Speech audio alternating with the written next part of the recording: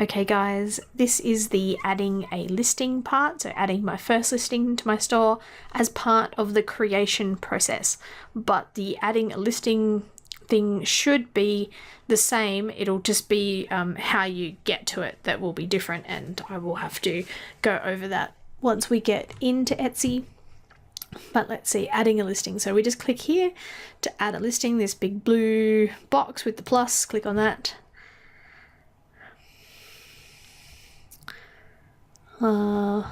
Also at the top, my account is unconfirmed, so I'll have to go to my email to confirm my account as well. Let's see, add a photo or two. Now, where did I save my photos?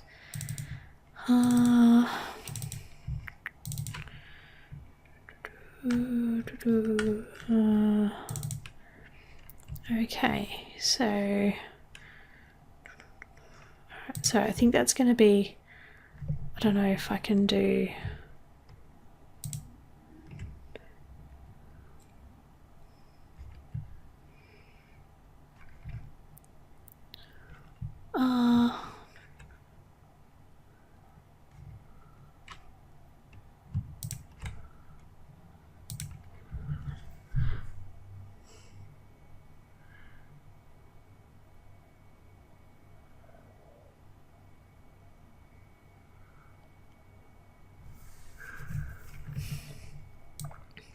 will let me change the order here just by left clicking and dragging, so that's pretty good.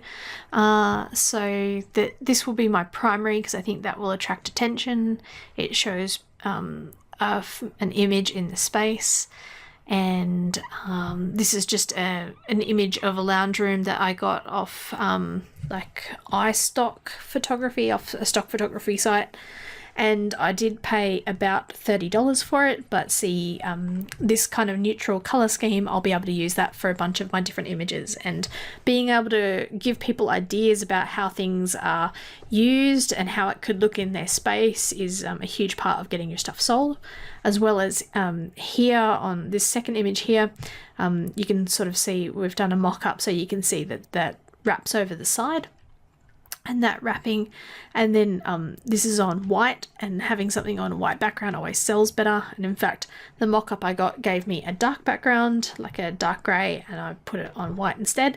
And then over here on the right is the actual image itself, and I can always add more photos, but those three are pretty good. We can adjust the thumbnails.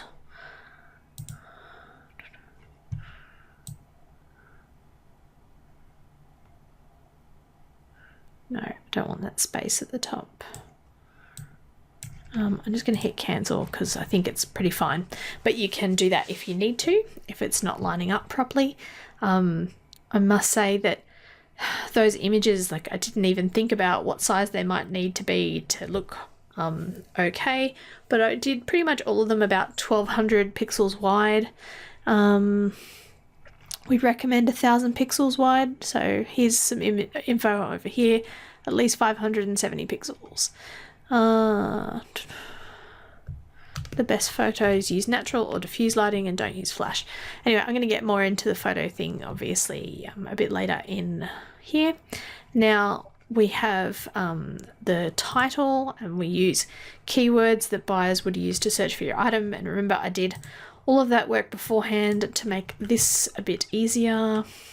So now my title, I'm taking it from from my list of keywords. So, and I've only got I'm doing these kind of more specific ones first, and it's more powerful from left to right. So the ones you have first are the ones that are going to get you more traction, so you need to have your best ones there. But that's why I'm not using ones that are kind of too big for me. I think I just want these ones here as my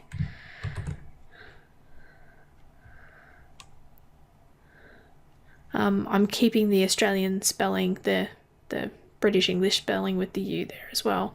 I've got 46 more characters left, so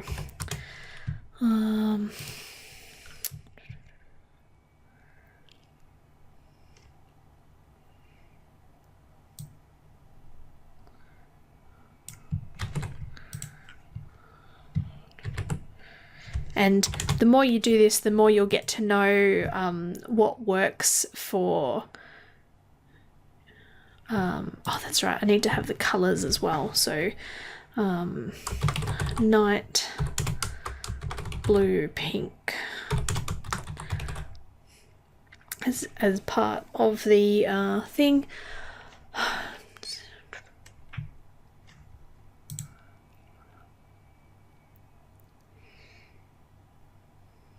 And I think it was,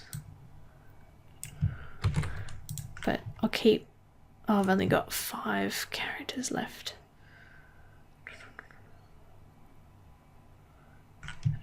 In fact, I might do Sydney City wall art.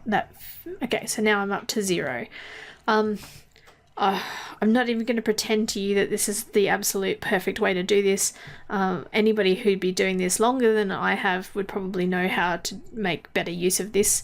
But this is just sort of an idea of, it comes from the keywords, and you put a string of keywords separated by commas, and I repeat the word Sydney because each of these between the commas could be a separate phrase that somebody types in. So somebody could come in and write Sydney Harbour Prints, another person could write Sydney Australia Opera House photo, and it will pick up both of these. Which is not normally the way I'd go about keywords. You'd normally only just have Sydney once, but from what I've seen, that seems to be the way that other people are doing it on Etsy, so I am following their lead until I learn how to do it better. By all means, do a bit more of your own research and all that sort of stuff. Who made it?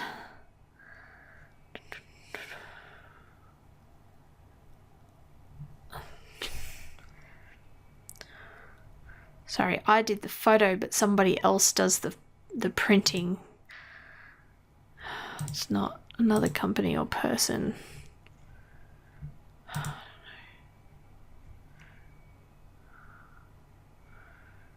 know. The actual physical making, like I do the design and then somebody else makes it. So I think that works for me. What is it? A finished product. So it could be a supply or tool to make things. So when was it made? Made to order. With this item is handmade with production assistance. Very good. Category. Now I looked this up before, and I don't know if I put this in here or not, but it's definitely art and collectibles, and let's see, and photography and color. Hang on, I think it might be, should be prints.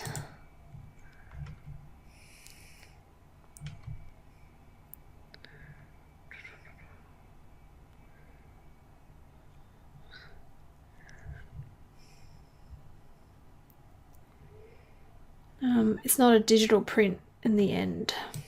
It's none of those. Hold on a second. Actually, I'll show you this process. I'll just go back to this site that I was using, because that's where I got my things from, and I copied this search part.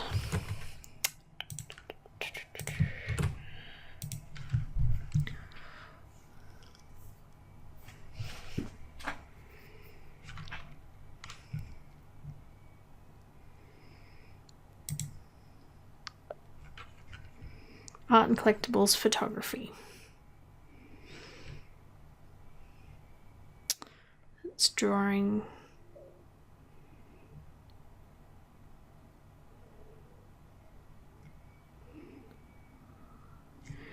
Yeah, mine aren't the Gickley prints though.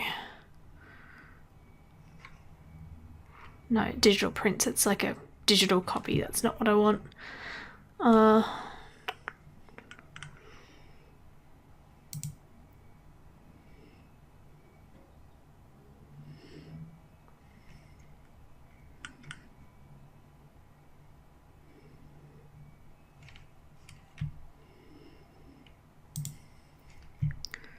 Oh, that was a painting canvas print. Okay.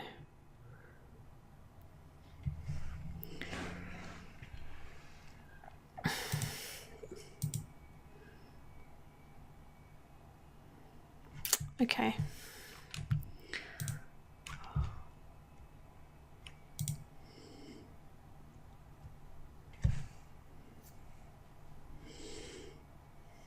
Gosh, it's just none of those kinds of prints. That's the problem. It's like a print on canvas. So guess photography and just go color.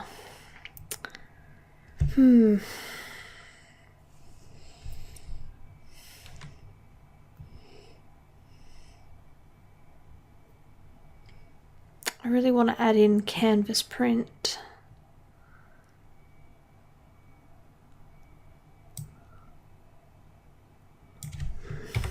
I might do that there.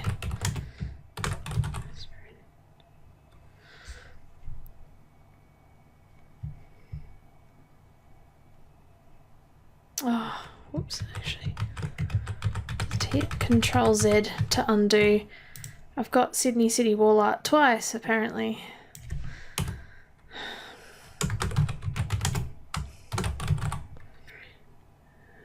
Wonder if it'll let me add in wall art. Oh, well.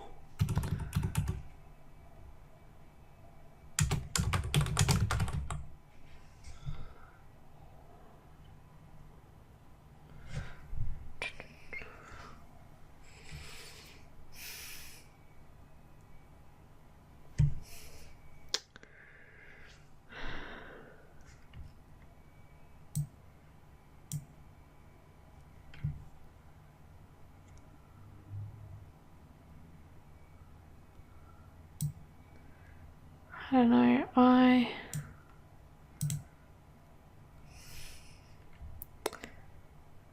Oops, I'm at 12 minutes. Okay. I'll just hit stop on this video and pick this up again in a moment.